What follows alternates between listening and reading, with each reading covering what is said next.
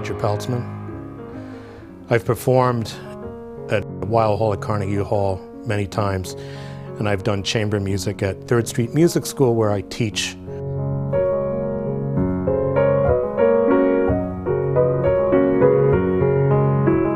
My mother came to the United States in 1947. She's a Holocaust survivor.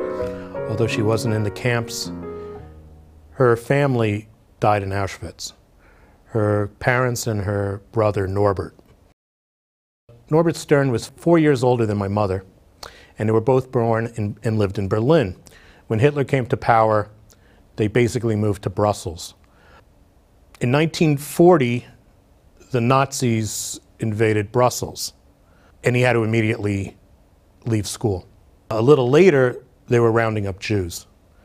So at this point, Norbert, my grandparents, and my mother hid in an attic because they were sure that they would be sent to a work camp or worked to death. They didn't realize that they'd be, potentially gassed. One night, they were denounced, and the Germans came to the attic to arrest them. My mother, who was 16, had a plan that she would not be taken. So when they started bashing down the door, she opened up the window and started climbing out, to which my grandmother said, "Where are you going?" She said, "They're not going to get me like a sheep." And she went onto the roof. A second later, they came in and they grabbed my grandparents and Norbert.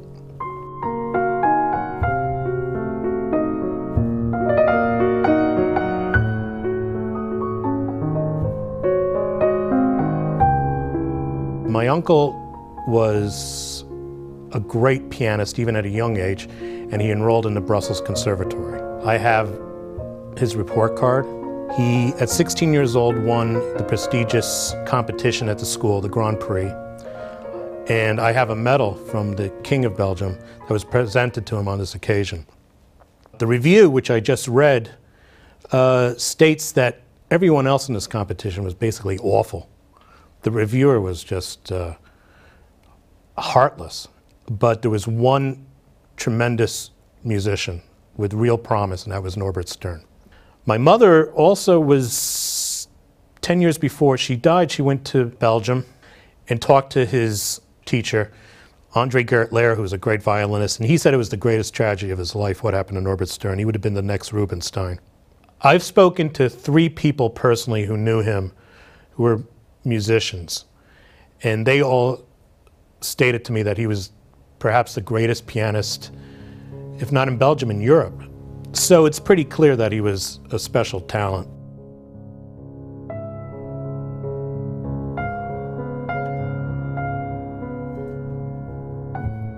Just a couple of years ago, out of the blue, we got a phone call from a woman in Brussels, an old woman named Mrs. Hennessy.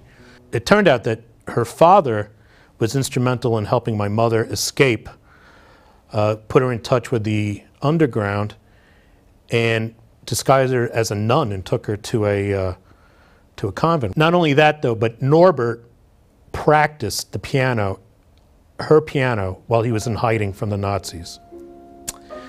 And I pretty soon after that got on a plane to Brussels to visit her and to play the piano.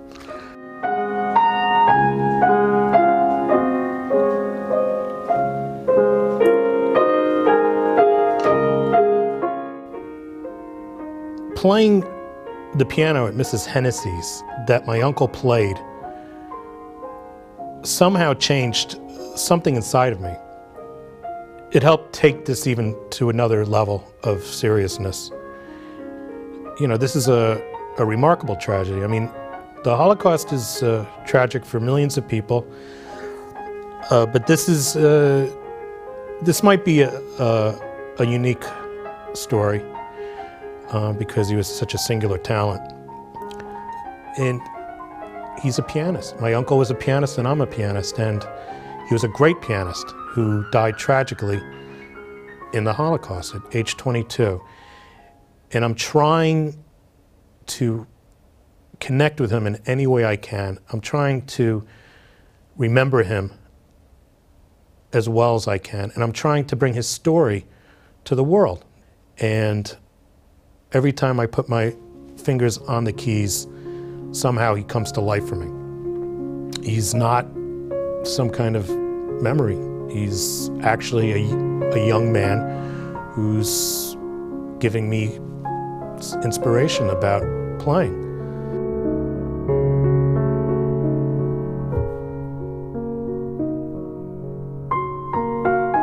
So earlier this year I went to the Brussels Conservatoire and we went into the same exact hall where he won a competition, where he performed many times. And it's a lovely hall. It's an old-style European hall with great acoustics. And it's very clear that this is where I should do the recording. And this is what this project is about. I want to do an all Chopin recording because Norbert was a Chopin expert, and I feel a very close tie to Chopin also. And to do the recording at the actual place that he worked and performed, I'm certain is going to have interesting and meaningful ramifications for the recording and for playing.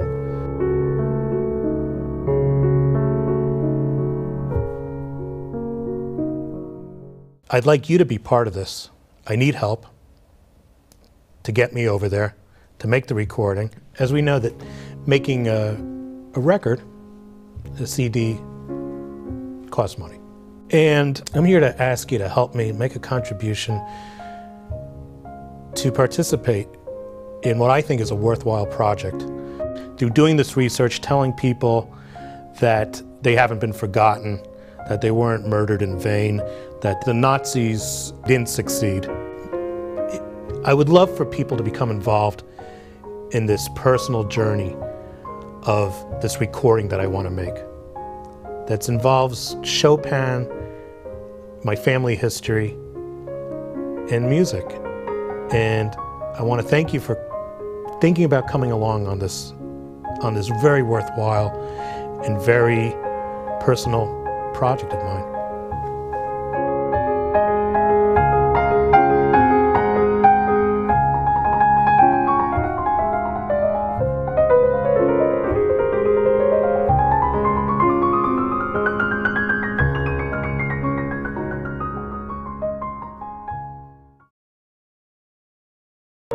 Just until the end. Yes, the trill, the start of the trill. Yeah, it's very good. Can we write this down anyway?